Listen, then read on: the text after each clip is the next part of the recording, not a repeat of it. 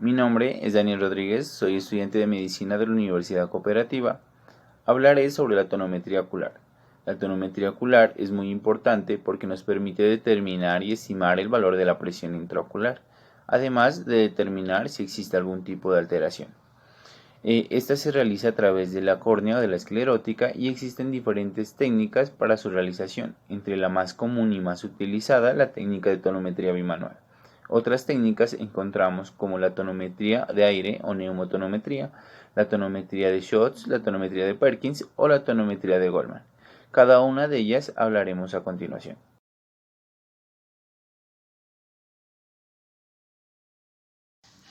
La técnica de tonometría bimanual. Esta se realiza pidiéndole al paciente que mire hacia abajo y sobre el párpado con los segundos dedos se palpa el tono ocular y con los terceros dedos se apoyan sobre los arcos ciliares de esta forma.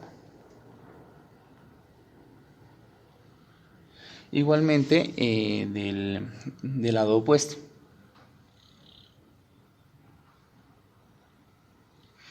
Y se compara el tono ocular con el tono ocular del evaluador. De esta forma se puede diferenciar diferentes patologías o diferentes tensiones oculares.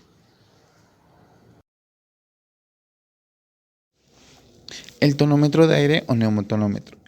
Este tonómetro de no contacto emplea el principio de aplanamiento. Aplana la parte central de la córnea con un chorro de aire. Sus medidas son inexactas porque el tiempo necesario para aplanar lo suficiente la córnea se relaciona directamente con el grado de la presión intraocular. Este instrumento es fácil de utilizar y no precisa de un anestésico tópico y se utiliza en alteraciones patológicas que sean de difícil visualización. El tonómetro de Schotts. Este se basa en el principio de la tonometría de identación, en la que un émbolo con un peso predeterminado se aplica sobre la córnea. La cantidad de identación se mide en una escala y la lectura se convierte en milímetros de mercurio en una tabla.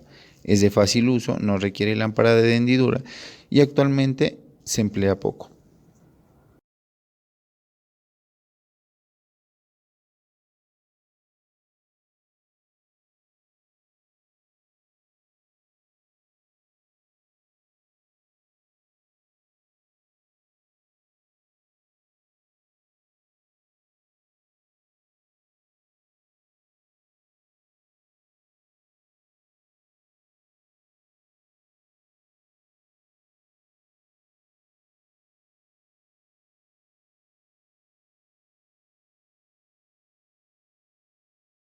El tonómetro de Perkins. Es un tonómetro manual de aplanamiento que emplea el prisma de Goldman, adaptado a una fuente de luz. Al entrar en contacto con la córnea, la película lagrimal forma un menisco circular alrededor del área de contacto del cono que es visto por el examinador a través de él. El prisma muestra el círculo lagrimal como dos semicircunferencias. Es pequeño, no precisa de una lámpara de hendidura y por lo tanto se puede usar para medir la presión intraocular en pacientes postrados o en una cama o anestesiados. Sin embargo, requiere una práctica considerable antes de obtener. El tonómetro de Goldman. Este se basa en el principio de Inverfic, que determina la fuerza necesaria para aplanar una esfera seca perfecta de paredes delgadas. La presión intraocular es proporcional a la presión aplicada y al espesor de las paredes del globo ocular. Por lo tanto, el tonómetro de Goldman mide la fuerza necesaria para aplanar un área de la córnea de 3.06 milímetros de diámetro. La ventaja de este método deriva del hecho de que normalmente el volumen de un muro acuoso desplazado es muy pequeño, cuando se utiliza el diámetro de aplanamiento, aproximadamente de 0.5 milímetros. Se considera el equipo estándar con el que se realizan la mayor parte de los estudios clínicos en la presión intraocular. Es un método seguro, fácil de realizar y relativamente preciso. Para medir la presión intraocular con esta técnica es necesario el uso de un cono transparente que contiene dos prismas montados con sus vértices juntos. Por último, es importante conocer que existen factores predisponentes que nos alteran la presión intraocular. Entre los más comunes encontramos la contracción de la musculatura intra y extraocular.